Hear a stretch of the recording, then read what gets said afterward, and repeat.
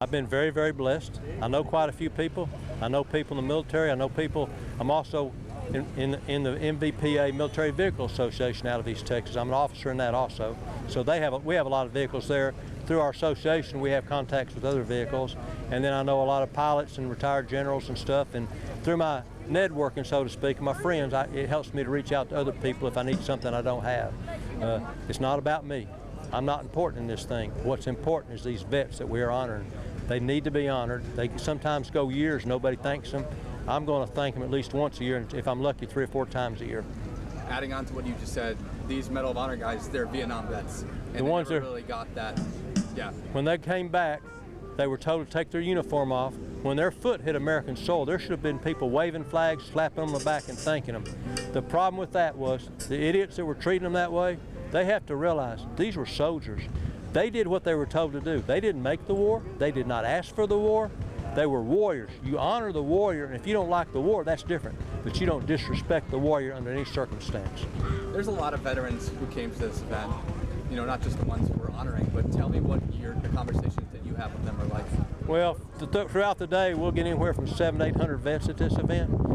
Even though I have vets that were maybe airborne or Medal of Honor or whatever, they're heroes. But there's millions of heroes out there. What people don't realize, at the end of the Vietnam War, 3.1 million soldiers went to war. Only 238 medals were handed out of 3.1. But the sad part of that is 101 of them were put around the necks. The rest were given to parents. That's how sad it is. Now, since then, they've added some more to the list, as they do as time goes on. They review files. The Medal of Honor people, I believe, are 65 alive in the world today. There's no World War II. The last one died a year ago, June. I was at a thing with the last Korean one last September, and he passed away January of this last year. Yeah. So we've lost those. We're down to probably about 30-something Vietnam vets with a medal. And of course, we got the young men that were in Desert Storm and Afghanistan and all over there. And a lot of them are outstanding. I'm not sure they get all the attention they should get. But it's very honorable to be with these. But I'm going to tell you what they tell you, and I know about 12 or 13 of them real well. They wear the medal for those that didn't come back. It's not about them. You never tell a vet you want a medal. They did not win that medal. They earned that medal, sometimes with their life, sometimes with just the blood and great effort. You find a hero when the heroes need it, and they were the hero. There's a lot of things to be said about the people who came back and then they ended up not making it until the end of their life. You said something about that. Well, what happens, my daddy was 5 years old. I asked him about war. I had his old helmet and his bayonet and stuff, and I was, you know, I like the shows and the toy soldiers. And I asked him one time, I said, Dad, what's war? He said, hell. That's all he ever told me. It's very true. These soldiers go into foreign lands. They fight battles. They go weeks and months without a good night's sleep, without decent food. They're in all sorts of terrible climate, whether it be 10 below zero or whether it be 100 degrees and it's muggy. And so much goes into their mind. The guy next to him might have his head blown off. They might have a guy blown up, he's holding his hand or something. These soldiers have that in their head. They're deep in the back of their head. Some of them can hide it, some of it can mask it, some of it can claim it doesn't exist, but it does. Some of them unfortunately turn to alcohol or drugs.